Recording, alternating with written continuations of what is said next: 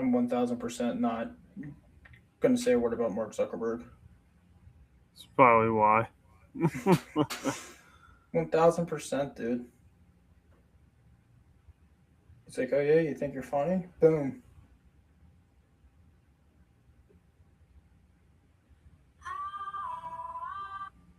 There we go.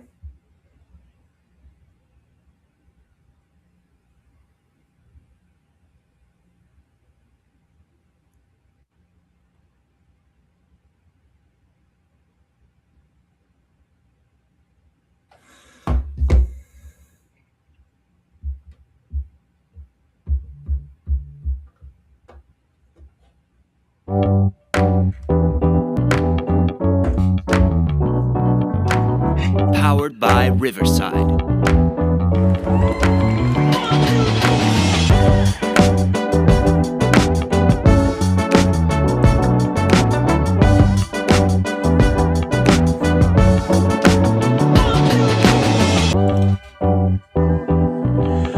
What's going on, everybody, and welcome into a brand new episode of the Broken Wolverine Podcast, Take Two, and a Tuesday night special this evening with all of you. I'm your host, Matt Codd, and alongside of me is my co-host every single week, Jake Belts. What's up, Jake? What's up, Matt? Yep, I guess we'll say this is a take two. We'll be good from here. All right, so do not criticize Mark Zuckerberg. That's what happened. All right, every single week I criticize Mark Zuckerberg. He's like, you know what? Screw you. Yeah. I'm done. Bam, there goes my internet. Yeah. So great start to the show. I mean, 1000%. Sorry about the technical difficulties on that part.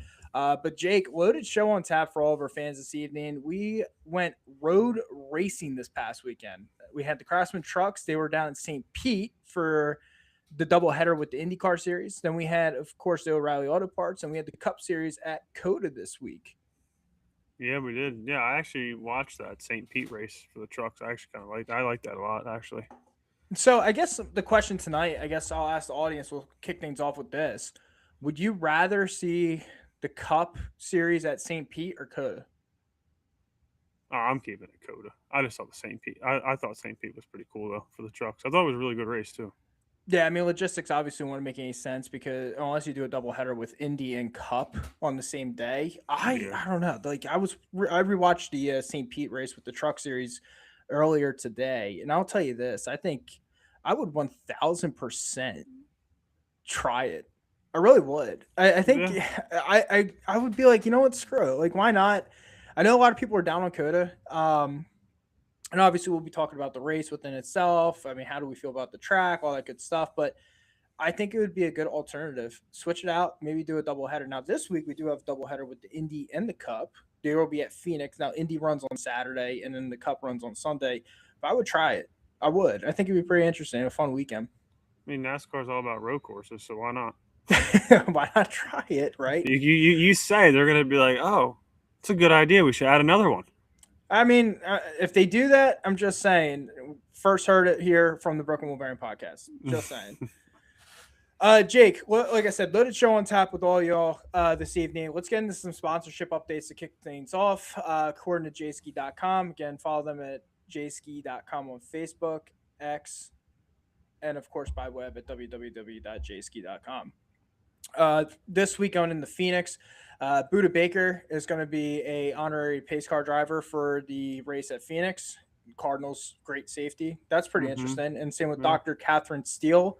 They'll both be out there as well for the race. That's basically the major announcement this week in regards to sponsorship updates. Oh, I actually like seeing. You saw it with Puka Nakua. Like, I like seeing these other athletes getting involved in a sport. I mean, it kind of helps you say that, like, is it really dying? You know what I mean? Like, you getting these big name, I wouldn't call them big name, but these other athletes getting involved into the sport of NASCAR. I think it's really good. Yeah, I mean, I know a couple of weeks ago at the Daytona 500, right? We had multiple celebrities. Obviously, Daytona brings out the best. We had John Gruden, we had Marshawn Lynch, Puka Nakua. They were from the NFL that came down to Daytona. And like you said, I love seeing other athletes at these races. It brings publicity to it, right? They have big followings on their social media platforms. I think it's great to engage the audiences. They're like, oh, well, my favorite athlete's out there. I got to check this out. Continue to get more eyes on the sport. And I think NASCAR so far has done a fantastic job of that in 2026. Last year, they started doing well with that in 2025, and then they kind of faded away. But so far in 2026 cannot complain. They definitely, all eyes have been on the sport lately. Yeah. Jake, last week we talked about the Chris Gabehart and Joe Gibbs Racing lawsuit. I guess Lawgate, episode 3 in the NASCAR community. This week it seems like things have kind of gotten resolved a little bit between Gabehart and Joe Gibbs Racing. And this article is according to the Front Stretch and Christopher Hansen. Chris Gabehart is now allowed to continue working for Spire Motorsports. Pretty interesting. Yeah. Former Joe Gibbs Racing competition director Chris Gabehart can continue working with Spire Motorsports. A judge has ruled, according to court documents reviewed by Front Stretch on March 2nd. Gabehart is currently involved in a lawsuit with his former employer, Joe Gibbs Racing, after the organization accused Gabehart of leaking valuable information to Spire. According to the lawsuit, or according to the latest court documents, 24 hours following a February 26th hearing, Spire's co-owner Jeff Dickerson spoke with Fox Sports' Bob Pockrass that Gabehart's role at Spire includes giving him full reins to help Spire's NASCAR program. As part of the ruling, Gabehart cannot perform any duties in his new role at Spire that he would have done at Joe Gibbs Racing as its competition director. Additionally, there is a $100,000 bond placed on Joe Gibbs Racing as just a placeholder with a deadline of noon on March 5th. The court order defines to provide any responsive briefing for the trial. Final update, Chris Gabehart will be allowed to travel out with Spire Motorsports this weekend at Phoenix Raceway. So seems like things kind of gotten resolved between Chris Gabehart and Joe Gibbs Racing. But the one thing I will say, man, what a hire by Spire Motorsports. Oh, yeah.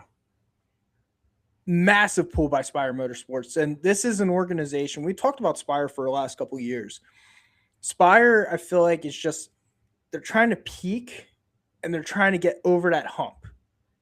And they continue investing money into the organization. They continue bringing in they've been trying to bring in smart NASCAR profiles. They tried the Rodney Childress train last year. That only lasted for a couple of races.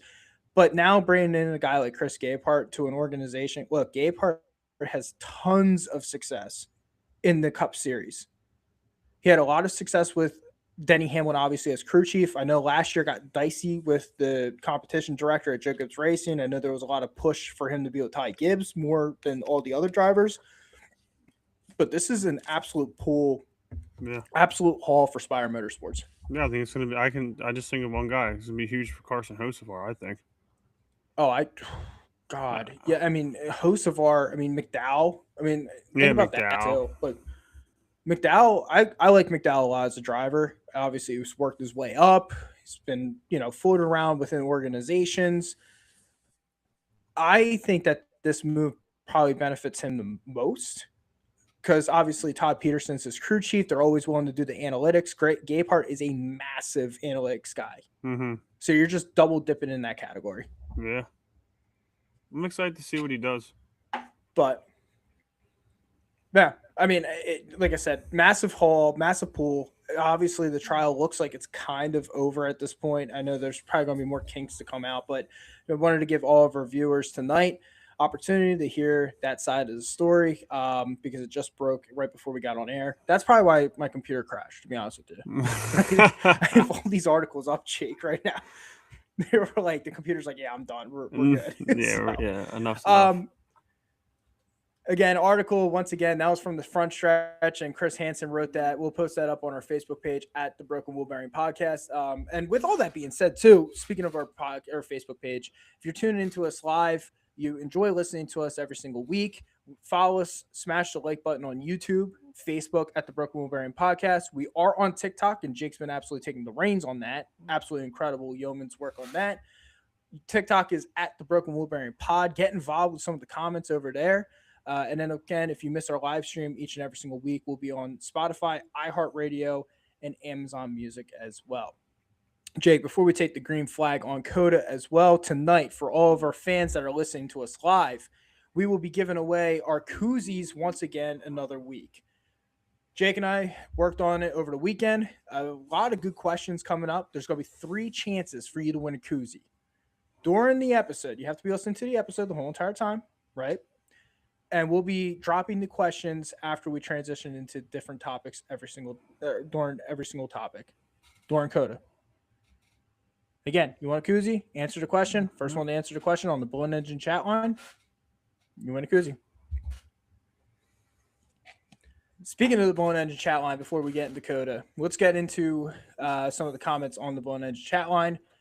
Jess, she checks in. Here we go. Yep, definitely heard us in our complaints segment. Ronald, he says, "What's up, guys?" Ronald, thanks for checking in. Doug, he checks in. He goes, "Good evening, gentlemen." Ronald checked in 3 more times. Let's read all these comments with you. He said, "No more road courses after our recommendation of going to St. Pete." I'm right with you there, man. He also says, "I want Roman Reigns as a pace car driver." I guess a big wrestling fan. I guess, like, where would get you the put Roman WWE Reigns? involved? Yeah, where would you put Roman Reigns as a pace car driver? I guess Talladega. Yeah. Make it massive. Make it gladiator. Make it massive, yeah. That'd be a perfect opportunity. And then finally, he checked in after our gay part discussion. He goes, "Carson deserves a win, even though he's not a favorite of mine." Well, I will say this, Ronald. I think a lot of people agree with you. And I think a lot of people, you either love Carson Hocevar or you hate Carson Hocevar. And after this weekend, I think a lot of the haters of Carson Hocevar were probably really happy. By the way, speaking of that, why did Mike Joy make that out? Like, he screamed, he's like, "Hocevar into the wall." It's like the way he screamed that. I'm like, it's like everybody is like, "Oh my God, everybody's so happy." That's how I made it seem. But like the camera, like, literally zoomed out of Reddick, yes, went right to Carson Hocevar in the front stretch. Very odd, I would say, very odd sequence as from Mike Joy there. Yeah, but anyways, Jake, like I said, racing on the road, multiple races this past weekend. First things first, we had was the Craftsman Truck Series down at St. Pete with the doubleheader of the IndyCar Series. Lane Riggs was your winner of that race. A very entertaining race. And in my opinion, I didn't know what to expect with the Truck Series on the streets, on a street course like that. Relatively speaking, I thought it was very clean. It was aggressive when it needed to be. Some drivers made mistakes. But all in all, I was very impressed with our lower level series on the streets at St. Pete.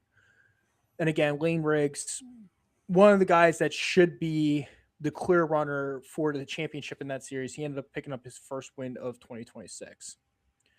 The one thing I did not care for is Connor Mozak started on the pole, and they were doing that. They had the formula because qualifying issues. He ended up starting on the pole because Kyle Busch ended up winning that race in Atlanta. Yeah. And I'm like, I was like, come on. I'm like, Connor Mozak didn't win the race. The car won the race. We know who won the race. Like, I get it. You can't penalize. Like, I don't know what you do in a situation like that, but giving the guy the pole to start the race, I think that was kind of silly. Yeah. But all in all, like I said, very clean race. And again, well done by both IndyCar and the Craftsman Truck Series. That truck race, that crowd, there was a lot of people in that crowd on Saturday. A lot of people. Now, granted, I don't know what the ticket deal was. I don't know if it was like buy the Indy Series, get the Truck Series as a package. But I was massively impressed because think about it. The Truck Series, for the new fans that listen to us, I'll equate it like this. The Truck Series is the AA like baseball. Yeah, you got veterans who get called down. They run the races and all that type of stuff. But for the most part, you're really going to watch the truck race for prospects. Exactly. And for the size of and like if you go to like any weekend where it's like the Truck, O'Reilly, and the Cup, like the Truck's usually the series that has the lowest attendance. But at St. Pete, the crowd showed up. Yeah. And I will say I was pretty happy with that. So again, I've been saying it for the last 3 weeks. NASCAR is not just back on the schedule. Fans are intrigued. Fans are really intrigued by it. Mm-hmm. So next up was the O'Reilly Auto Parts Series. Shocking nobody. Shane Van Gisbergen won. Yeah. Shocking nobody. SVG ended up winning that race, and Junior Motorsports ended up picking up the win with SVG in the car. I mean, there was an issue for a while. I thought it was going to be Zillage and SVG battling out. Zillage ended up having issues with Daly or Connor late in that race, and that in-car radio was a little entertaining. We will not share it because it was very explicit. Yes, we're trying to become a family-friendly show, by the way. We got Ronald who checked in again. He goes, I'm not tripping too much about it, but I'm still waiting for my koozie. Oh, that got mailed out, dude. I'm sorry. Ron, I'll connect with you offline. Yeah. I'm sorry about that. Yeah, that got mailed out last Friday. Okay. I'll check in with you offline after the episode. All right. Let's transition into the cup. So again, first question of the night. What do we think of COTA as a racetrack? Yeah. What do we think of COTA as a racetrack? And if you're listening to us live, Blunt Engine chat line wide open. Give us your thoughts. Jake, I'm going to start off with you. What do you think of COTA? I've always liked COTA as a road course. Unfortunately, I listened to it in the car on the way home, but didn't really get to watch much besides the last 10 laps. But no, I like COTA. I think COTA is a fun. I like that they shortened it. I think it's a lot better the way that it is now. I still think everybody's got to be sitting on the edge of their seats when these guys are going to turn 1-5 wide. Like, that shit's cool. You don't see that shit every week. You know what I mean? Honestly, Watkins Glen will always be my favorite road course, but COTA is a close second for sure. And I think this weekend kind of showed for it. I think there was a lot of good racing this weekend. There was a lot of different strategies that we'll talk about later. But yeah, I mean, all in all, I mean, I like COTA on the schedule. I think it was a weird start to the season this year, I'd say. I think we and me both kind of agree with that with the three first races, but all in all, was a good race.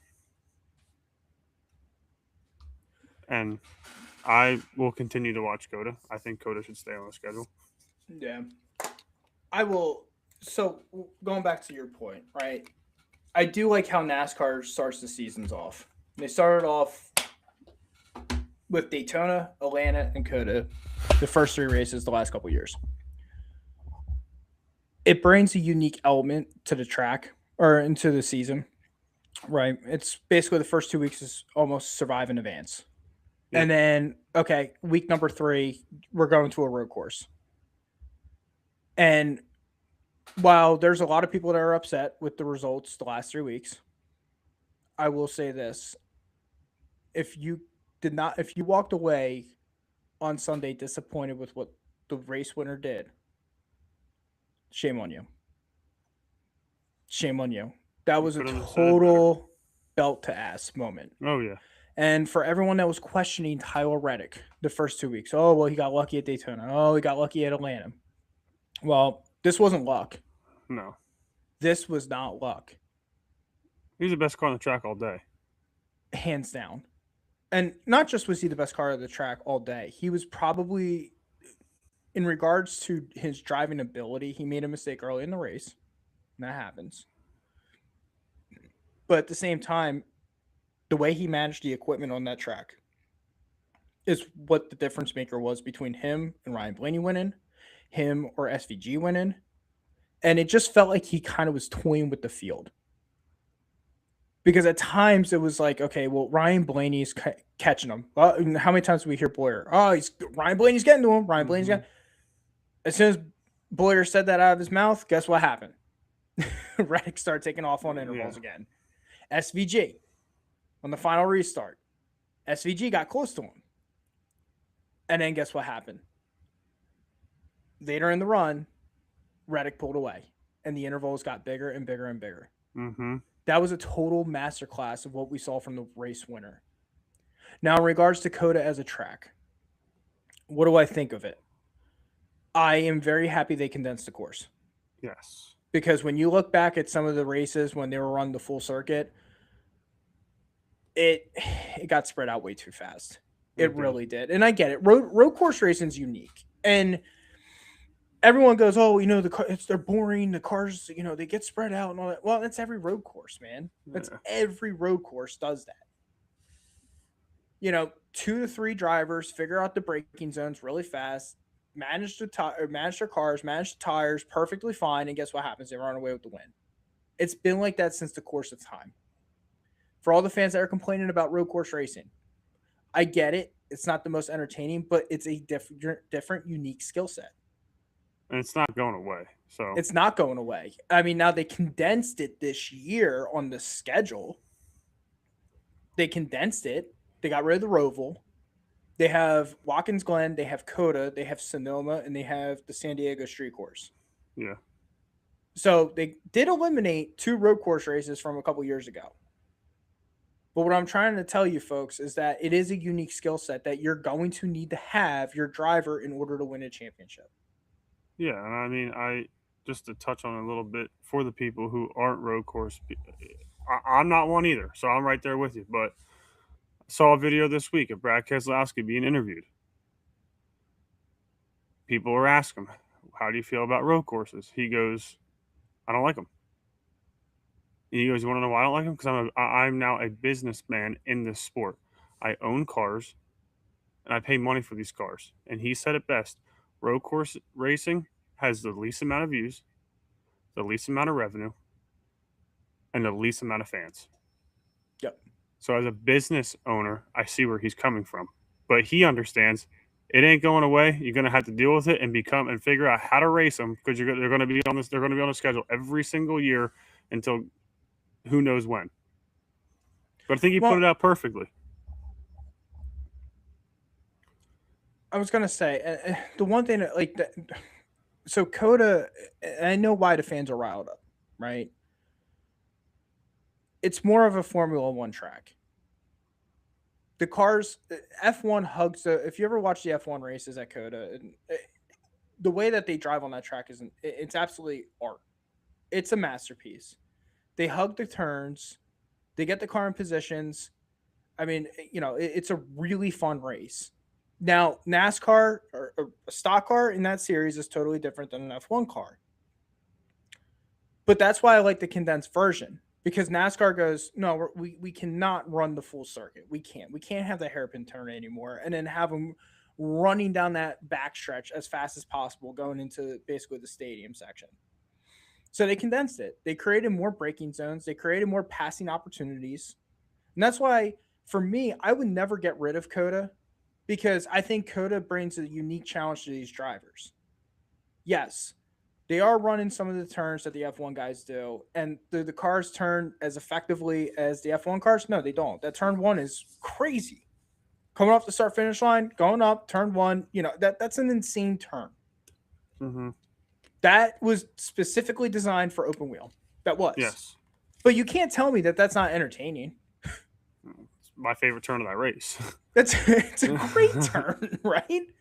But then, like I said, with the condensed version, now instead of going all the way up into the hairpin turn at the top of the track, what they did is they condensed it and they created 2 opportunities for really nice, solid turns, in my personal opinion. Yeah. Right? I thought they were, again, I would keep COTA on the schedule. I like it. I do agree. I think that it should be race number 3 on the season. Yes. Get it done as early as possible, right? And also now without Fontana, because NASCAR always wanted to have that West Coast swing, quote unquote, those 3 tracks out in the West Coast. It was always Fontana, Phoenix, and Vegas after Daytona, right? Well, we don't have Fontana anymore. So COTA's kind of your quote unquote West Coast swing. Now, I know that there's fans that will sit there and go, well, why don't you just go to Sonoma right away? Well, guys, yes, it's beautiful, but at the same time, Sonoma likes the date where it's at. Yeah. Like, the tracks do get an option where they want to have the date. Like, people are like, oh yeah, well, you just put Sonoma here. Like, okay, well, does the president of Sonoma Raceway want to have the date, the second race of the Daytona after Daytona? No. They've been June ever since they've been on the schedule. Yeah. No, and I mean, I think, and I know I said it was a weird start to the to the season, but if you look at it now, it's like, okay, Daytona, Atlanta, Coda. We had talked about a little bit last week. Now you're going to get in your short tracks, and there is a lot of them in a row. Oh yeah. So you know everybody's going to complain and be like, "Oh, mile and a half, mile and a half, mile and a half." Well, how else do you want it? It's like we always say, how do you please these people? You just don't. You don't. And that's what we've come to the realization, right? Mm-hmm. And now the next couple of weeks, right? Now you have Phoenix, Vegas. So you got a mile and a half. And then you have Darlington, Martinsville, and then Easter break, and then you have Bristol. And then Kansas, Talladega, and Texas. So for all the fans, for me, I've always said this, right? It's going to come off really arrogant, but real racing starts this weekend. Yes. The real racing actually starts this weekend. Not saying what happened the last 3 weeks did not have any skill involved, because it does. Mm-hmm. But these are unique circumstance tracks. Yeah. You're going to see Phoenix again later in the season in the playoffs. You're going to see Darlington again in the playoffs. You're going to see Bristol and Vegas in the playoffs again, same with Kansas and Talladega. This is where the teams need to start collecting data. Yeah, I mean, and my personal opinion, the next handful of races are by far my favorite racetracks. Yeah. So I'm excited. Yeah. I agree. I mean, we got some really fun races coming up. Let's check the Blown Engine chat line, Jake. We got Doug. He checked in. He said, what if you replace Atlanta with Rockingham like the old days and then go to Coda? 3 distinctively different tracks to start the season. I like that. I do like that. And then bump Atlanta. Rockingham. Yeah, I mean, if they can get Rockingham back on that'd be sweet. Cars, that'd be awesome. That'd be awesome. You have super speedway, a short track, and then you have a road course right there. Yeah. Ronald checked in again. He goes, you mean Chicago? Yeah, Chicago got taken off the schedule. But Chicago got taken off the schedule. Yep, that is correct. Well, it wasn't like basically not just replaced with San Diego. I don't know. I don't actually know. I don't think Chicago replaced San Diego. No, it didn't. Mexico City was replaced by San Diego. Okay. So Chicago was Chicago was thank you, Ronald. That was the other road course I was thinking of, because Chicago's street course got replaced by Chicagoland later this season. Yes. So Mexico City was replaced by the streets of San Diego. And then Ronald checked back in again. He said people were crying because SVG didn't win and he got dusted by Reddick as style racing. Yeah, there's a lot of people with that. We'll get into that as well. And then Doug checked in. He goes, colder in Northern Cali, February than San Antonio. That 100% agree. Mm-hmm. 100% agree. So we kind of briefed on the race winner a little bit, Jake. And that was Tyler Reddick, right? And last week after Atlanta, I'm like, how in the world can this dude get even higher than where he's at? Well, he goes, like I said, he goes to Coda. What does he do? Belt to ass the whole entire field. And what was immaculate, and Ronald kind of chimed in a little bit there with SVG. We talked about it earlier in the show. Reddick managed his equipment perfectly in this whole entire race. He made the mistake early in the race, learned from it, and then corrected course and decided to be a great game manager. This is what great athletes do, folks. They understand where the mistakes are lied. They understand how to progress in the game or in the moment or in the race. And that's what Tyler Reddick did this whole entire weekend and on the cusp of his three-peat. Yeah. I will say this. I don't know, like, I'm not going to be able to not pick Tyler Reddick the rest of the season until he loses at this point, right? Like, I made the joke with somebody earlier. I said, yeah, he's on verge of going 36-0 this year. Right? Like, he's the only one.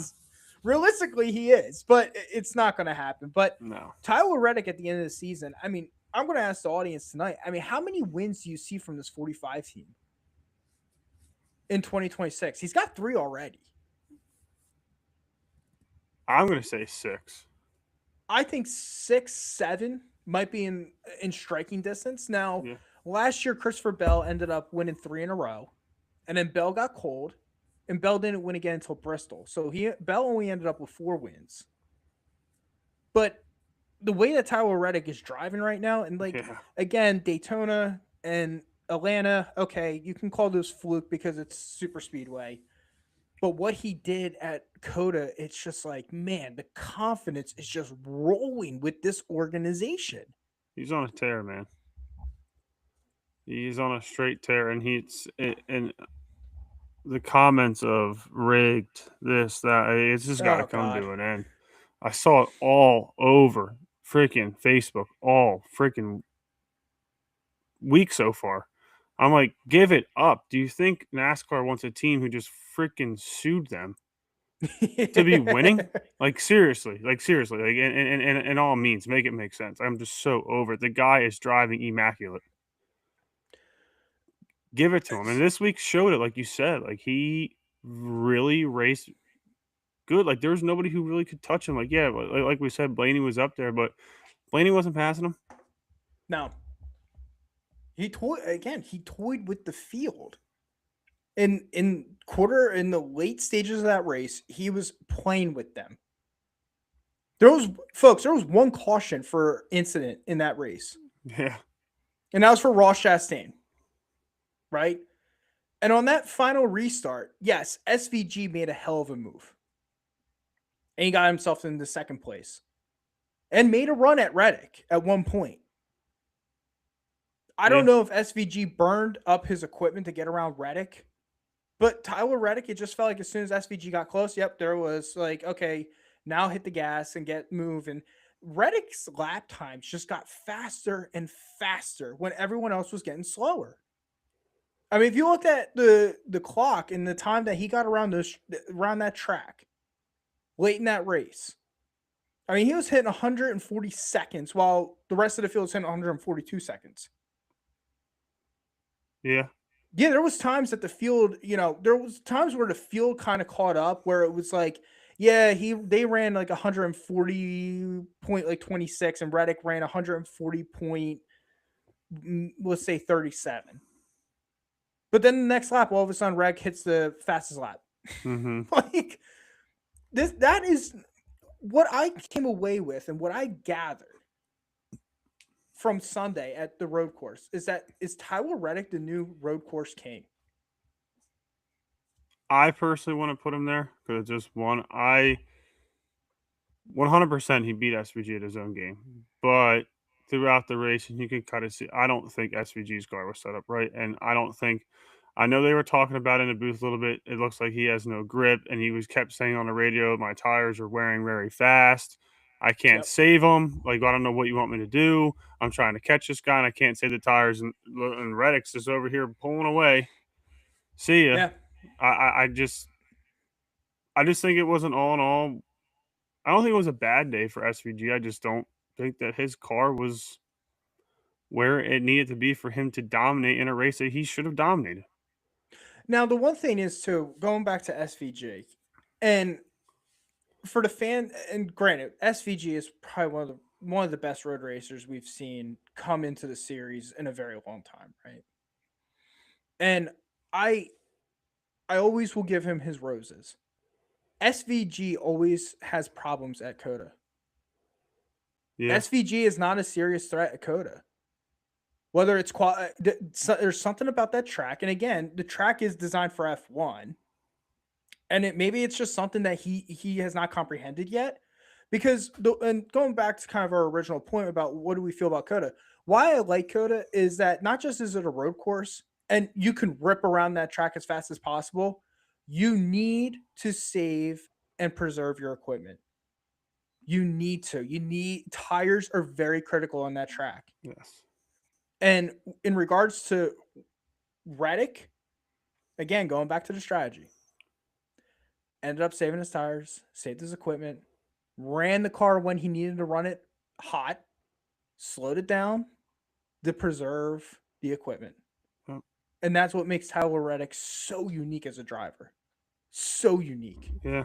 No, dude, Matt, I can honestly, the only thing that I could think that someone would have a chance, and I don't know, considering the end of the race because Blaney fell a lot, but when they kept talking about what Blaney needs to do to try to flip this, Blaney should have pitted one lap before Reddick. I agree. And I know him and Hassler kind of got into a fight on the radio about that. Why Ryan Blaney chased Tyler Reddick down pit road was kind of baffling. He wasn't Massive catching question them all mark. day. You were getting to what? The bumper, and then that was it. Yep. And like here's the thing, you talk about Blaney, right? Blaney was a big factor in like pretty much in portions of this race. The problem with Blaney is that he really beat the car up pretty bad trying to catch Tyler Reddick. Tyler Reddick finished first. Where did Ryan Blaney finish? 8th. Yeah, like the last 2 laps he just kept getting passed. He just kept getting passed because the equipment just was done. It was done. Yep. We got a lot of comments on the blown end chat line. We're blowing up. Let's hear what we got. Let's take a quick break and let's go to one real quick. Let's kick things off with Doug. He checked in. Atlanta is one of the best tracks on the circuit. Back in the day, that's where the championship was won. Oh, wish you were on the show last week, Doug. We could have talked about greatest Atlanta moments together. Ronald, he checked in. He said, I had to explain to people that NASCAR isn't rigged. This ain't pro wrestling. That's a fair point. Yeah, that's we're going to leave that as that. Jack, he checked in. Reddick saved his equipment. Was that good this race? Yes, he was. We had Ronald. He checked in again. He said, someone tried to tell me SVG had no grip. I think he lost it towards the end. I agree. He lost it. I mean, especially they were all on the same tire pretty much. I think, well, no, Reddick came in after SVG did. Tires, man. Tires. That's what makes COTA so special. Yep. Tire wear. And I'm going to continue pounding the table about that. Tire wear. Autumn checked in on YouTube. Hi, Autumn. Thank you for tuning in. And be sure to like us on YouTube, Facebook, at the Broken Wheel Bearing Podcast. Jack, he checked in again. He goes, let's not forget SVG came in second. That's a great finish in anyone's book. No, that's a fair point. Let's not sit there and say SVG failed on Sunday. He finished second in this race. But what's insane is for someone that's so talented at road courses, it's like, man, you really need to learn. You got to salvage your equipment, right? And that's where I think SVG gets himself in a lot of trouble on these road courses. If he's not in first and running away with it, where he tries to just get up to the front of the pack as fast as possible, and once he will burn the equipment as fast as he can. Yeah, I mean, don't get me wrong. Yeah, that's 100% correct. I mean, he finished second, but at the end of the day, is it a loss for SVG? I mean, look how many seconds he was behind coming around to the checkered flag. But I mean, yes, a second place finish is a huge finish. The SVG's had an amazing start to the season, but I don't know. Does he chalk it up as an L or what? Yeah. Doug checked in again. He goes, SVG has clearly showed that a stock car can be driven very effectively on a road course. Skill. And then he followed up that with, was it the equipment or the driver? And yeah, kind of transitioning the topics here off of Reddick. Before one last thing about Reddick, and then we'll go in the SVG. Like, we've been kind of intertwining both topics tonight. In regards to Reddick, though, I mean, 3 in a row, man. I mean, the sky's the limit right now, right? And with these wins that he's stacking up, he's got 186 points. Yeah. Second place is Bubba Wallace with 116. Tyler Reddick, to me, now has completely bought himself about 3 DNFs. And he's completely fine.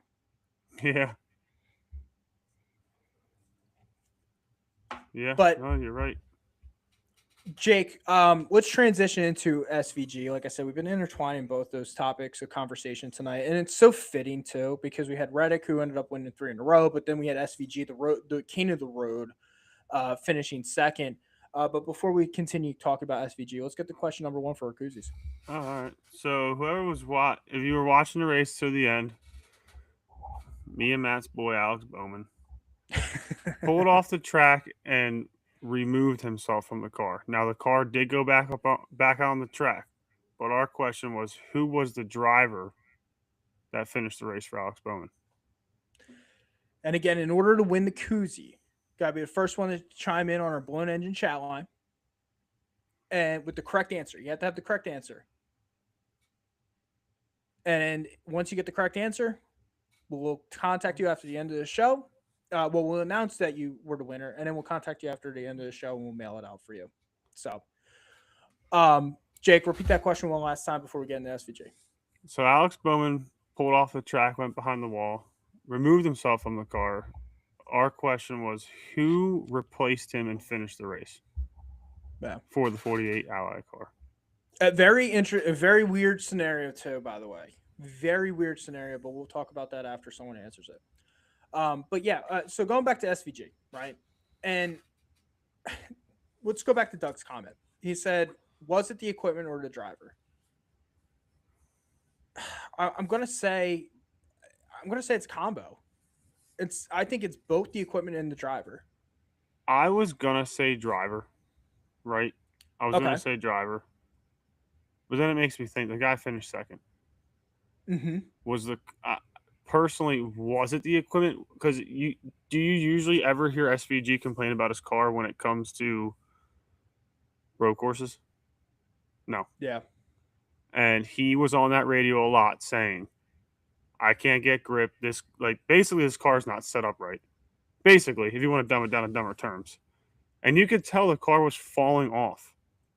Obviously it was 88 last year, but now at 97, I've never seen him have that at a road course. Like, yes, he came back and he finished second, like Jack did say, but I'm leaning more towards an equipment problem. But could have been the driver as well, yeah. I mean, I think, like you said, it could be both. So this is where I'm going to say it's both, right? And what you said is 100% true. And a really solid point and solid answers. But that's between if I know SVG was basically saying like, hey, I can't get grip, like this, the car's off and all that type of stuff. Well, where was he during the week going into the race and the pre-race meetings? They're on simulators left and right. Mm-hmm. So clearly what he saw in the simulator is what he wanted to emulate in that car. Now, again, because he's so aggressive, and this is where SVG kind of needs to learn when you're in the field on a road course, you need to understand and manage your equipment better. I personally think that SVG had a car set up for him to be in the front of the pack the whole entire race. And rightfully so. Why not? I mean, he's won, 5 in a row? Mm-hmm. The last time he didn't win a race at a road course was Coda. Yeah. So that car was probably set up for him to qualify on the pole, run away with the race, and then, hey, look, I'll be able to manage. Once I'm in the lead, I'll be able to manage, take easy, hit the gas, we're good to go. Problem was, he started 13th in this race. That's a lot of cars to pass. Yes. On a track that eats tires like crazy. Yeah, exactly. I think you said it. I think you said it absolutely perfect. He was one to be on a pole, and he had to beat that car up a lot more than he's used to beating up to get up to the front. And at the end, it cost him. Yeah. It probably pretty much did. Now, if I'm SVG though, I'm looking at this race as a perfect for pretty much perfect for data. Mm-hmm. Right? Hey, you had that set up for you to qualify on the pole, lead a bunch of laps, run away with this race, go off pit strategy and all that type of stuff. That setup did not work. So now you know going into the next road course race, which would be Watkins Glen on Mother's Day. Now you know, like, hey, we really got to zone in a little bit better and hone in and be like, listen, if we don't qualify on the pole, what's the setup supposed to be like? Yeah. And I think you got a taste of that at Coda. And realistically speaking, and I got to give a lot of credit to, honestly, all the drivers in the field on Sunday. And I know we've talked a lot about Reddick, and rightfully so. He's the hottest driver in NASCAR at this point, and he completely built the ass the whole entire field. But a lot of these drivers, in my personal opinion, there was a lot of names in the front that, we're not really accustomed to seeing on road courses. Mm-hmm. And I got to give credit to a lot of these drivers and to a lot of these teams.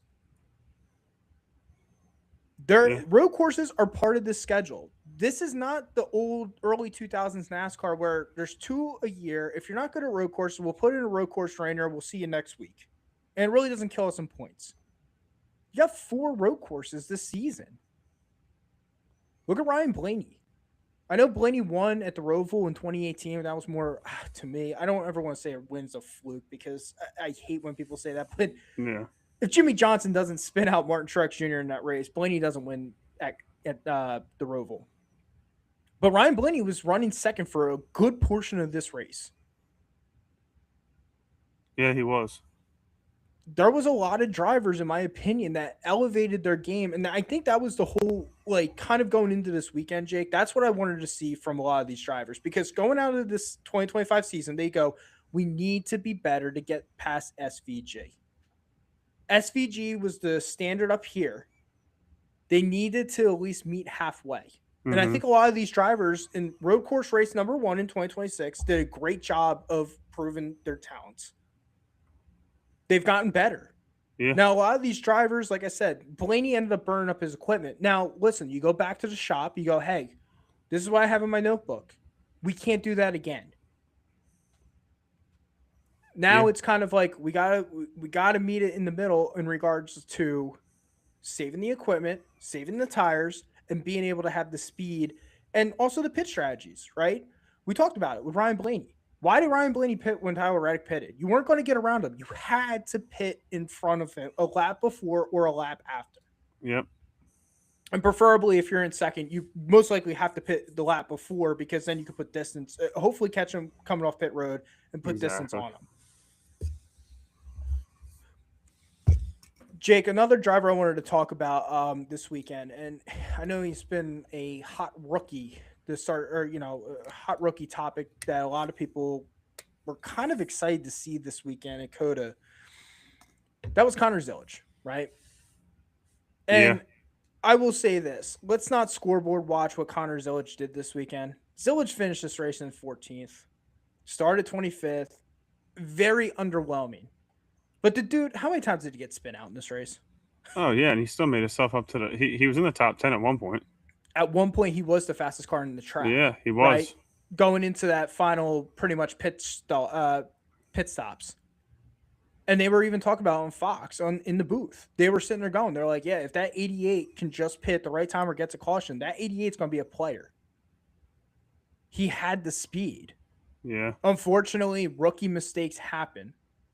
And that's the one thing about COTA that's so unique, right? If you're in the middle of the field going into turn 1, most likely multiple drivers aren't going to make it out. Right? Yeah. Multiple cars are going to. We saw Eric Jones. Eric Jones went into turn 1, ended up getting spun out. Yep. It was ridiculous. Yep.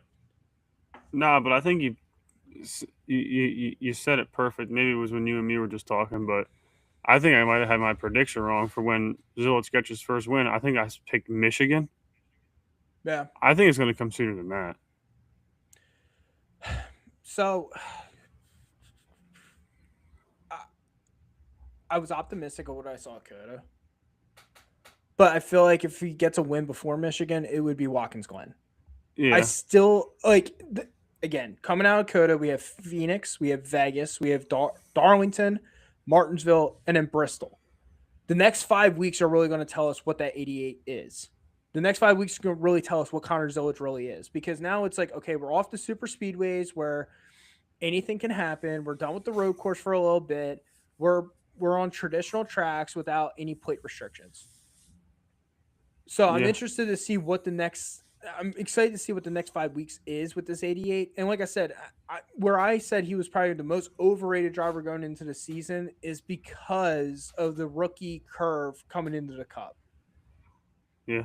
There's a lot of things he's learning on the fly, but again, I got to give credit to where it's due. And yes, a 14th place finish in people's books, like that's not that great. Let's not scoreboard watch, folks. Yeah. He had a very fast car. Unfortunate circumstances and getting spun out multiple times did not help. And then late in the race, right? I mean, his tires as well. He was on that same strategy as Shane Van Gisbergen. His tires ended up fading late in that stretch as well. Yep.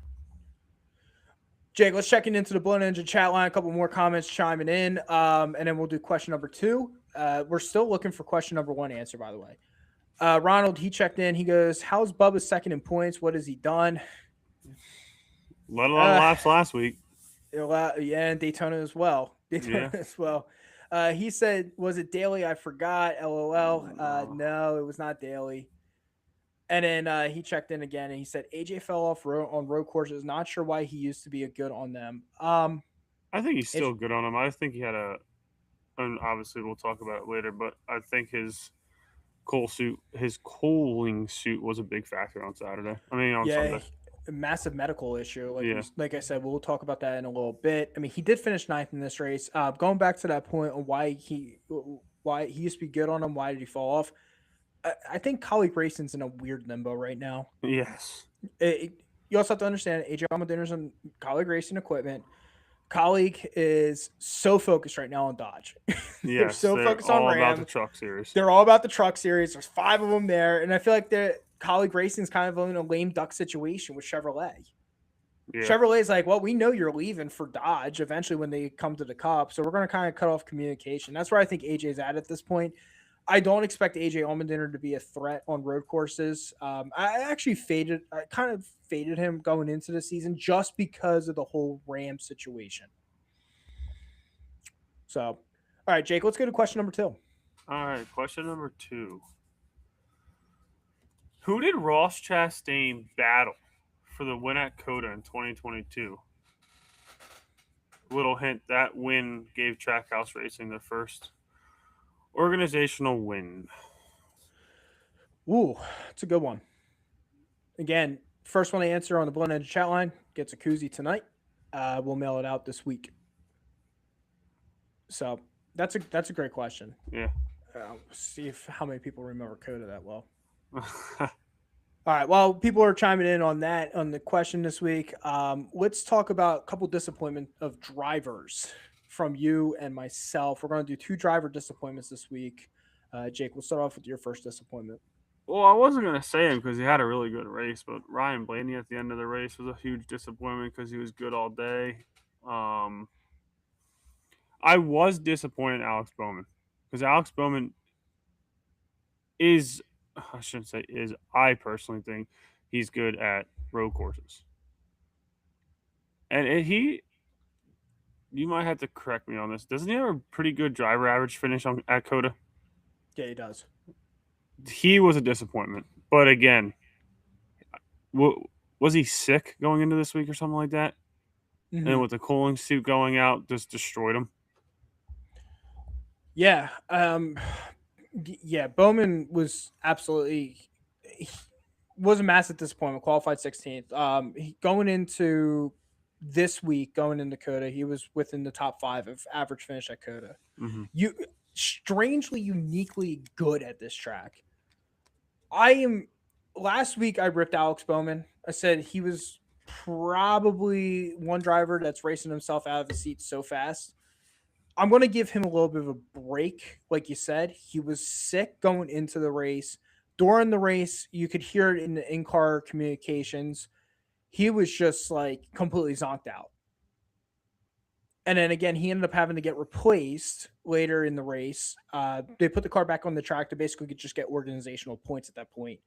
But yeah, I mean, I would say Bowman was a massive disappointment. Now, it would have been interesting if he wasn't sick, what he would have done. Mm-hmm. Would he have been able to kind of get in that car back up into the top 5? Don't know. Yeah, never will know, I guess. Yeah. Next year. Next year. Well, who knows where he's going to be at next year because he might not That's be in the true. at that point. One driver I was a little disappointed at. I'm going to go with Ross Chastain, right? He was one of the picks I had last week. Very good average finish. Trackhouse is really good at COTA, but SVG clearly finished second in this race. Zillage finished 14th. Ross started second in this race. Now, he had a tire issue. Mm-hmm. Brought out the only caution of the race for incident. But it was just kind of like, I know he won stage 1, but everyone's going to point back at that and be like, well, man, he won stage 1. Yeah, he won stage 1 because of the off-cycle pit strategies of the leaders. Mm-hmm. Right? And I can't fault him for the loose tire. That's not technically his fault, which now his crew chief's going to be suspended for 2 weeks.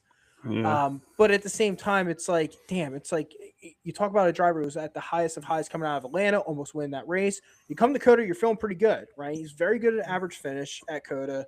He won a race at COTA, ends up finishing 35th. I mean, it tanked him in the points. Oh, yeah. It tanked him. I mean, he went from, I think, 8th in the points going into this weekend. Now he's down to 20th. That's what DNFs do in this new system, folks. Like, DNFs will kill you.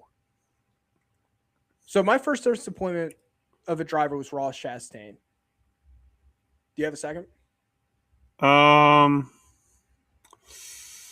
I guess I could say Briscoe because he was good in the beginning. He ended up DNFing on the race, but he could look pretty strong in the beginning of the race. When he was up front. Yeah, he was up front. He looked fast. I mean, then, like I said, did not finish the race, but I can't really fault him for that. But a mechanical issue again, like you said. It's when you only got one tire spinning in the rear, I mean, you're not going to go freaking. You're not going to keep up with these guys. Yeah, again, it's a triaxle. It's a triaxle layout on these vehicles. So, you're not going to be able to go anywhere. They're not independents anymore. No, which sucks because you can't fit it. Like, that's so difficult to fit, and this is what I hate about the damn new car or the next gen car. Everyone, like, off topic, the next gen car sucks.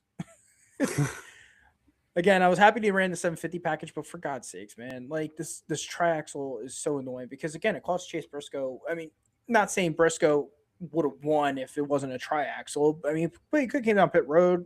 They could have probably gotten it fixed. Probably would have went a couple laps down, got a better finish in regards to points, but ended up leaving this race in lap number 62. So mark my word, I guarantee it happens again to another car on one of these road courses.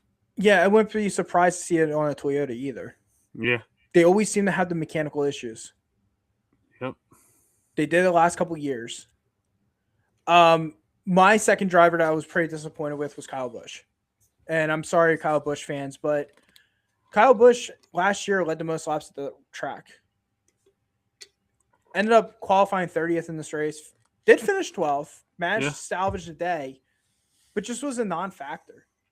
Also got into a fight with his teammate Jesse Love. What was that about? And anybody who follows us on TikTok, I posted a video up about it, but very, very interesting. Literally comes on the thing. I had to move him out of the way. The guy, I don't know his words for word, but he was basically like, this guy's driving like a dumbass or something like that. Yeah. Like, I get it. He's his teammate but it's like Kyle Busch is like, I don't give a fuck who you are. Yep. I'm getting you out of my way to go around you, basically. I mean, you don't really look like a big teammate there, but I was very, very, very thrown off when I saw that. But that's rowdy for you. It's Kyle Busch. I mean, thank God. There's at least some spark there, right? Carson Hocevar does that at breaking news all over fucking Facebook. This guy is the biggest fucking moron. Kyle Busch does it? Nah. Whatever. Well, I guess the difference is like with Hocevar last week, you're racing for the lead. With Kyle Busch, probably half the audience doesn't even know what we're talking about in regards to his move with Jesse Love, because at the time, I think the battle was for 18th, right? So, but like I said, with Kyle Busch, it was just so unique. It was just weird because the last couple of years he was good in the RCR car at COTA. Now, this is where I was kind of skeptical with him a little bit because he lost Randall Burnett as a crew chief at the end of last year. Randall Burnett went over to Connor Zilich's team. Burnett obviously was Tyler Reddick's crew chief when Tyler Reddick won those road courses. So there was a lot of, I guess, inside information in regards to Burnett and like how to run these road courses. Like I said, just a non-factor all day. Yeah. The only time you heard him, again, was when he moved Jesse Love out of the way. Mm-hmm. That's when you heard his name. And for some odd reason, and for somehow he ended up finishing 12th. So I was disappointed in Kyle Busch. And like I said, I was disappointed in Ross Chastain. I actually had both those drivers last week. Yeah, you did. As picks, yeah. In the preseason, I actually had Reddick, and then I changed it because I'm like, yeah, there's no way he's going to win 3 in a row. Yeah, well, I was wrong. I was completely wrong. But, yeah, those were my two drivers I was disappointed with. And then, obviously, Jake had Briscoe and Alex Bowman. So, Again, if you're listening to us live on the Blown End chat line, feel free to chime in on disappointing drivers from this week coming out of COTA. And again, if you're listening to us live, you like what you're hearing so far, follow us on Facebook at the Broken Wheel Bearing Podcast, YouTube at the Broken Wheel Bearing Podcast, TikTok at the Broken Wheel Bearing Pod, and then, of course, iHeartRadio, Spotify, and Amazon Music. So, Jake, we are still looking for the answers to the questions for our koozie giveaway. So you want to repeat those first two questions, and we'll give the third one. Yeah, first question was, what driver filled in for Alex Bowman at the end of the race on Sunday? And then who did Ross Chastain battle for the win at COTA in 2022 to give Trackhouse their first organizational win? And then the last and final question, which probably be the easier out of the three. Tyler Reddick and Christopher Bell both won 3 races. Christopher Bell won 3 races last year, and Tyler Reddick has now started this year with 3 races. Who was the last driver before Bell that won 3 in a row? That one's pretty tricky. That one. Well, I don't know if it's tricky. If you're really good with NASCAR history, it shouldn't be that hard. But yeah, I like that question a lot. So again, 3 koozies still out for grabs. Blown Engine chat line. First one to answer any one of those questions, we'll mail it out to you. Yep. And again, Ronald, I apologize. I don't know why that happened. We'll connect offline. Yeah, we'll get you your koozie. Don't worry. Yeah, we'll get it to you. Even if I have to drive down to damn Philadelphia myself, I don't care. All right, so Jake, we're going to start off a new segment each week. We're going to, towards the end of the episode, we're going to call it the Crew Chief's Corner, right? The Crew Chief's Vision. And this week on the Crew Chief's Vision, I got to give a shout out to the 9 team, Chase Elliott. And I know people are like, "Oh, Matt giving a shout out to Chase Elliott." No surprise there. But I'm giving a shout out to him this week because of what strategy they pulled off. So after Chastain ended up creating a caution, or once Chastain's caution came out, right, all these cars ended up pitting.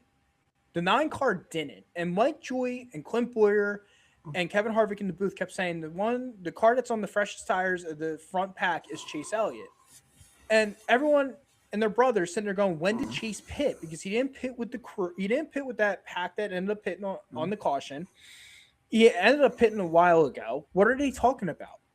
Well, it came out today on the in-car camera and on the radio active.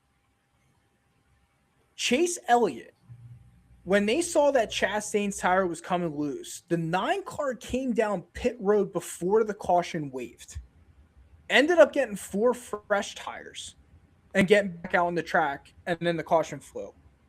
What a move by Alan Gustafson and Chase Elliott on that. At the time, they were even saying on the radio, they thought there was something wrong with the car, and that's why Chase was pitting. No, they saw what was happening on the track. Chase made the audible and said, let's pit now, because everyone else is going to come down pit road for 4 fresh tires. At the time, Chase Elliott was running 19th. Ended up leapfrogging and salvaging his day, which, let's call it as is, for Chase Elliott was absolutely atrocious all the way until the last 20-something laps. So my crew chief vision this week, I got to give it to the 9 team, and really just a heads-up strategy and play by Chase Elliott and that crew. Yeah, no, for sure. Because if not, they probably start all the way at the end of the longest line of fresh tires. You weren't going to get around Bell. You weren't going to make up enough ground. They pulled a strategy out that ended up salvaging their day and put them and let them finish 7th. So massive credit to them. Yeah, no, I like that. It's probably the one that I would go with. Yeah. But each and every single week, we're going to kind of do I don't want to say crew chief's corner, but we're going to do a crew chief's vision. We're going to pick out something during the race that caught our eye on pit road, and this week we're kicking it off. And again, we wanted to give it to the 9 team. Yeah, they ended up catching our eye this week at COTA. So, all right, Jake. While we finish off with the circuits of the Americas, let's get to our power rankings coming out of it. Yeah. So, kind of like Matt just said, with new segment kind of thing. Me and Matt also figured not every week, but every other week, every third week, we're going to do our BWB power rankings, and this is basically me and Matt's vision on who we think is the top 10 power ranking drivers. And this week it'll be after week 3. So I'll kick it off, Matt. I'll start with 10 and I'll go up to 1. So me and Matt from 10th to 1st. Number 10, we got Michael McDowell.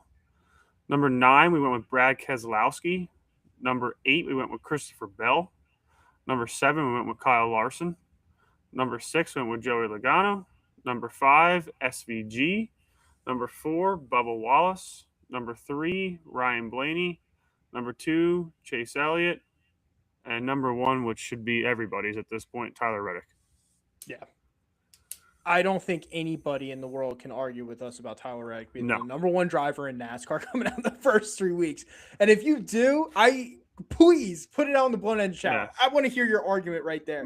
But Jake, what I wanted to do is because a lot of people probably heard some names and are like, whoa, wait a second. Like, why did some of these drivers make your top 10 power rankings? And what was your criteria? Well, our criteria in our regards to our top 10 power rankings was laps led, average finish.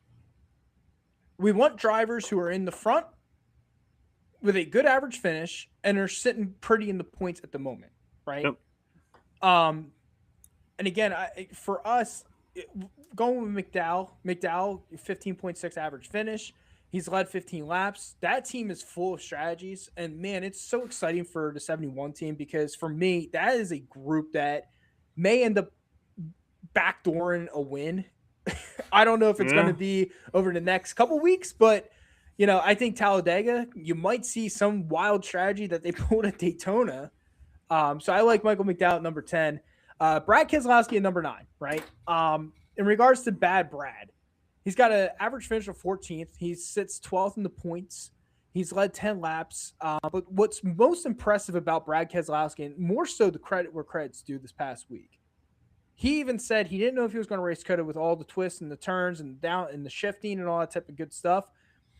Brad ends up, not just did he race in COTA, he completed the race and walked out basically with his cane that he's been doing the last couple of weeks. So, guys doing with recovering from a broken leg. So, I mean, I like him at 9.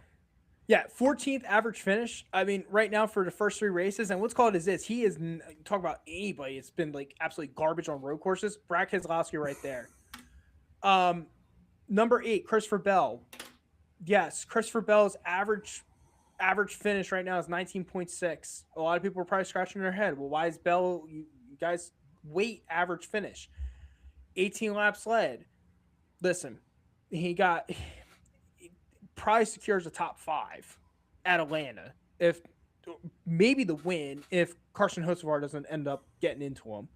At Daytona, he was running top 10, ends up wrecking with Denny Hamlin. This past week, again, he ends up finishing this race in 3rd. Yes. So he picks up his first top 5 of the season. Christopher Bell right now in the points doesn't look good, but he's up on an upswing. I like what I saw from the last 3 weeks, not just this week, but the last 3. That puts me at securing him at number 8. Number 7, Kyle Larson, another driver, right? Okay, Daytona, he DNF'd at Atlanta, but again, it was the laps led at Atlanta. He looked really, really good. He made a stupid move coming down on SVG, and we crucified him last week for it. Right now, he's got an average finish of 18th. I expect that 5 car to completely swing coming over the next couple of weeks. And he's got 55 laps led over the last 3 races. Kyle Larson sits at number 7. Joey Logano at number 6. Again, another driver that has been consistent. Yes. Consistent.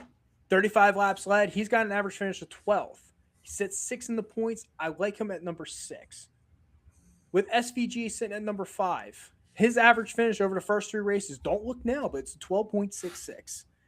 He has only led 6 laps, but the biggest thing that he has going in his advantage, 1 top 5 and 2 top 10s. The survive and advance course portion of the season is over. I like what I saw out of him at Atlanta. I like that the veterans are trusting him on road or on super speedways. He's a very fast learner. I don't expect him to sit at 5 for the whole season, but it's been a massive surprise to start the 2026 campaign from SVG. Yep. Number 4, Bubba Wallace. Ronald, our friend, he checked in. He goes, "What has Bubba done?" Well, we couldn't wait to tell you what he has done. Average finish of 9.66 over the first 3 races, 86 laps led, 2 top 10s in that stretch. He's been putting the car in the front. He currently sits second in the points with 116. At number 3, we had Ryan Blaney. Ryan Blaney at 15th average finish, maybe a little too high on the power rankings, but this is why we like him so much. Another driver that has looked good in moments and has got caught up in a lot of nonsense. This past week at Coda, ends up going, yeah, I'm one of the best drivers in the circuit. Kind of on an upswing, going to Phoenix, going to Vegas, going to Darlington. You expect to see a lot more from the 12 team going into the stretch after a very kind of sluggish start in 2026. Driver number 2, we got Chase Elliott. Right now, 7.3 average finish. That's only second best. Well, to number 1, Tyler Reddick. You can't beat 1. So average start his 4.33. So Elliott has been putting the car in the front on qualifying. That's a massive difference from last year. Now, granted, Atlanta, I get it. Qualifying was rained out. But Daytona, he won the duel, started 4th. He qualified well, by the way. He didn't qualify on the top row, so he had to race in the duel, but won the duel. And then at Coda, he ended up starting in 5th. He only has 13 laps led, but out of all the drivers, and we talked about it all in the preseason, if there was any driver that this playoff system was going to benefit, it was going to be Chase Elliott. Yes. Consistency. I expect to see the 9 car in Victor Lane over the next couple of weeks. And of course, our number 1 driver. And again, I'm still waiting for the tinfoil boys to come on and sit there and tell me why Reddick's not number 1. Do we even need to do Tyler Reddick stats? I mean, his average finish is 1. So, I mean, I don't know I don't know who else you're going to put up there, but. I mean, anyone on the Blunt Engine chat line want to hear his stats? And again, all stats courtesy of the Broken Wheelbearing podcast. We are now becoming an independent source of analytics. And we will post the top 10 on Facebook, so you guys can go in there and comment. Maybe even give us who you guys think is your top 10 right now. So, but like I said, we'll post it. We'll probably talk about it every 3 weeks. We'll change our power rankings, but we're not. We don't know. Yeah. I mean, look at it. Look for us on TikTok. Like me and Matt said, I'll probably post a power rankings video on TikTok every week of what we and Matt decide if we don't get to talk about it on the podcast. But I like that. I like doing our power rankings.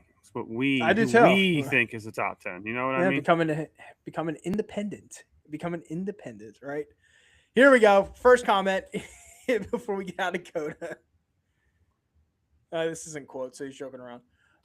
Dan checks in. He goes, Reddick is 3-peat because of the backdoor deal NASCAR made with 23XL. It's the same comment I've been seeing all over Facebook. Yeah, we have the best listeners. I will always say this. We have the best listeners of the Broken Wheelbearing podcast, and you guys are all what make this show fantastic and special. But we had a great listener of ours, big Reddick fan. I met him down Darlington, Neil, and he made the best comment when I posted something on Facebook this past week. And he's like, do you really think that NASCAR, who lost a lot of money to 23XI, do you think they really want to see this? Do you think they want to see him holding trophies and then paying him? Or Tyler Reddick holding the Coda trophy with the 3 right there? Yeah. Like Michael did with the Bulls. I mean, yep. Final point coming out of Coda, Jake. I'm going to pass the mic off to you. And I'll come back to me, and we'll do our picks. No, I mean, I texted you after Coda. I mean, I guess I'll quote Bubba Wallace. Get really tired of seeing you win, which I said to Matt, I really don't want to talk about Tyler Reddick again, but in all, was a great. I thought it was a great road course weekend. I liked the racing out of it as of what I could hear. I didn't with the watch, but all in all, I thought it was a successful race. I was really hoping until your boy Ross had to lose a tire that we were going to see no cautions. That'd have been cool to hear too, but yeah, I think it was a great way to kick off road courses this year, and I'm looking forward to seeing how they are and if they're all how this one was. But hats off to Tyler Reddick, 3-peat, made history, awesome weekend, got some NASCAR history out of it. Yeah, I think that's the biggest thing, right? And my final point coming out of Coda, Jake, you nailed it right there. I can't say it any better. We watched history unfold. Yep. And there's a lot of fans that are disappointed because they're like, "Oh, Reddick, the tinfoil is getting ridiculous." Let's put this to rest. He's not going to go 36-0. NASCAR did not make a backdoor deal. What you are watching is a driver blossom into one of the elite talents in the sport. And I said after Daytona and Atlanta, now his wins were fantastic. I'm not no discredit where he kept his car clean in Daytona, put his car there at the end, got a chance to win the race. He did. At Atlanta, his car was beaten up. Again, had another opportunity, put the car in victory lane. This week is what told the story of what we see from Tyler Reddick. This week was the most impressive win of the season, in my personal opinion, from Tyler Reddick. And the reason why is because we saw an absolute ass beating. Yeah. Yeah. And for the fans that are like, well, this is boring and all that type of stuff, where were you when Kyle Larson did it? Where were you where Jimmy Johnson did it? Joey Logano? Were you guys complaining back then? Of course not. Of course not. Or you might have. We just don't remember it. But the point is that just enjoy what you're watching. You're watching a driver go from, I would say, from a star level driver to an elite talent now. Yeah. Tyler Reddick is 30 years old. I don't expect Tyler Reddick to go backwards at this point in his career. He's elevating to the next level of his career. Yeah. The age 30 year is very critical for a driver. This is where they really start making it and breaking it. We saw it with Joey Logano. Took years for Logano to get into victory lane. Then he couldn't get out of victory lane. Yeah. The point is that what we saw on Sunday was another example of a driver coming into his own and becoming an elite talent. Yeah, and I mean, just to touch on what you had said, I mean, I think majority of the people are upset because it's 23XI and it's Michael Jordan. I think that's why a lot of people are crediting. Put it aside, put the lawsuit aside. Just look at Tyler Reddick as a race car driver. The guy deserves props. Like, Yeah. The kid was a dirt racer. He worked his way up the way you normally see people work their way up to get into a cup car. The kid's got, I shouldn't call him a kid. The guy's got talent. And I think everything else needs to get pushed aside. And I think people just need to open their eyes and realize the guy's a phenomenal race car driver and give the guy his props. He won the 3 races. You ain't changing it. Stop looking at it over a stupid fucking lawsuit and accept it.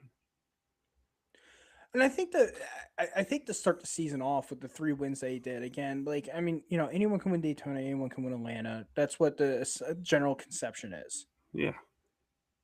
But to kind of contradict that statement, it's really difficult to win both super speedway races to start the season. Mm-hmm. Very difficult. There is a lot of chaos that happens in those races, right? Yeah. That is 463 laps in the 2 weeks from Daytona and Atlanta of unpredictable racing. And he ended up putting those cars in the victory lane. Yep. Then he goes to a road course where, let's call it as is. There was people saying, well, SVG's got this in the bag. Well, he didn't. What Reddick did this past weekend, like I said, was the most impressive out of the 3 wins. Yeah. So, and that's going to take us on to the checkered flag of COTA tonight, Jake. But here we go. We head to the Valley of the Sun this week, Phoenix, yes, Arizona. We do. First race to me, like I said, I feel like the real racing season starts now. No unique courses, no, any restrictions on the cars. Just a good old-fashioned mile track. And we find our first visit out to Phoenix. Let's give you our BWB picks this week. In the preseason, Jake, what we had Christopher Bell for you as your pick, and we had Denny Hamlin for me. Are you sticking with Bell as your pick? I'm gonna stick with Bell, but I'm gonna do 2 drivers this week. I'm gonna add one more driver, which I should have picked him from the beginning, but I'm gonna also add Chris Buescher. Ooh, Chris Buescher. He is good at this track. Very interesting pick. He sits 3rd in average finish at this track. with an 8 flat in 6 races with 3 top fives and 4 top tens since the start of 2023. That's a really good pick. You I'm sticking gonna. with Hamlin? I am sticking with Hamlin. I think this is where you're going to start seeing Denny Hamlin rise to the occasion now, right? Mm-hmm. Super speedways again. He just got the raw end of the deal in Daytona and Atlanta. Coda picked up his first top 10 at Coda this past week, so maybe a little momentum rolling with the 11 team. I like Denny Hamlin a lot to win this race at Phoenix. I think a little redemption tour, absolutely what happened last year in the fall in the championship race. The one thing I love about Hamlin, he has led 15.6% of the laps, according to driveraverages.com, since the start of 2023. He's got 1 top 5 and 3 top 10s. I like Denny Hamlin in this spot. We haven't heard much of the 11 car, but it was, for me, I said this in the start of the season, it was expected with everything that happened to him in the offseason with his losing his dad, the 23XI lawsuit. There was a lot of stuff mentally that was probably wearing on. Oh, and also, by the way, losing the championship. But I like Denny Hamlin in this spot this week. I'm sticking with Hamlin as my driver. How about a driver? What about a driver to watch this week? Are you doing Buescher? Is Buescher and Bell both your picks? Yeah, I guess I should make Buescher my driver to watch. I guess. Okay. So say. I guess that's a better pick for that. Yeah. My driver to watch this week is going to be Ryan Blaney. He's got 1 win since the start of 2023 here. He's got 5 top 5s, 5 top 10s in 6 races. He's been immaculate here. The only thing I don't like is that his percentage of laps led in those races is only 1.8. But he's come up so many times so close to winning this race. Yeah. I like Ryan Blaney a lot as a driver to watch. Won it the last time we were there? Yep. Finally, your dark horse. Dark horse.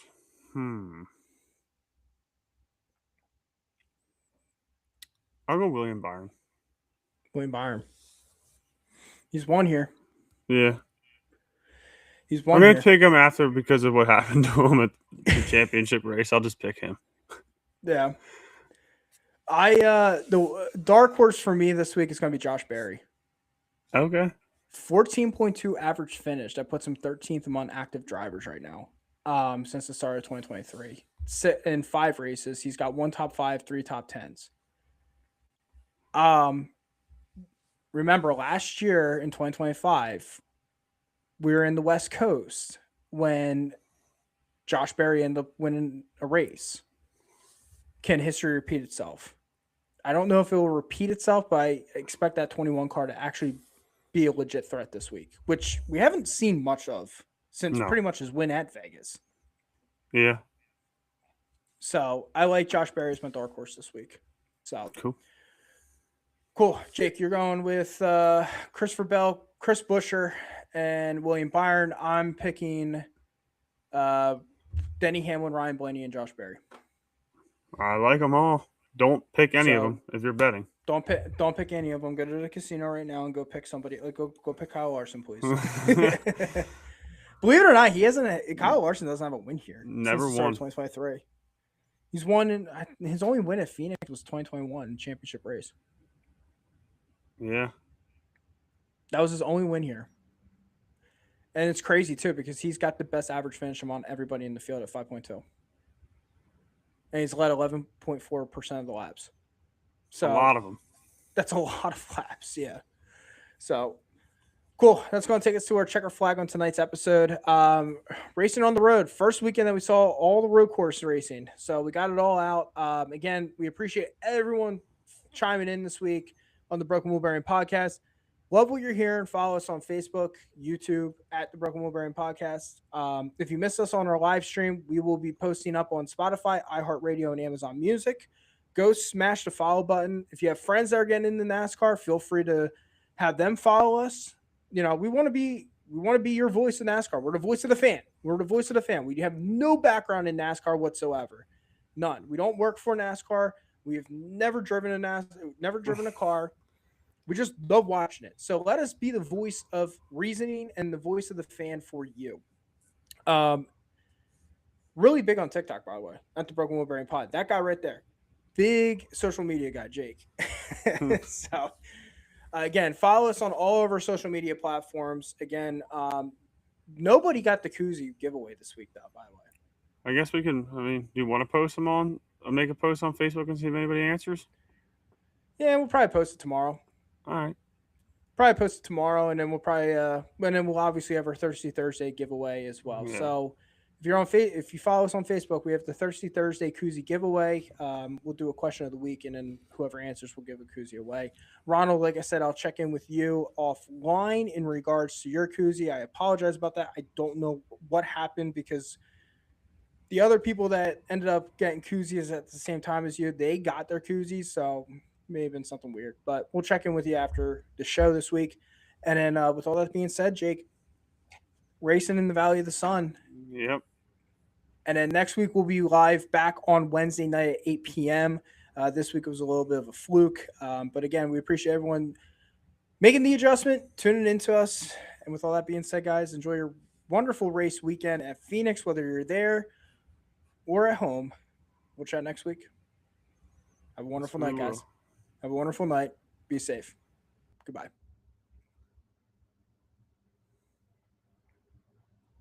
Will you tell Mr. Dennett that Ricky Bobby is my best friend? And it's shaking big time.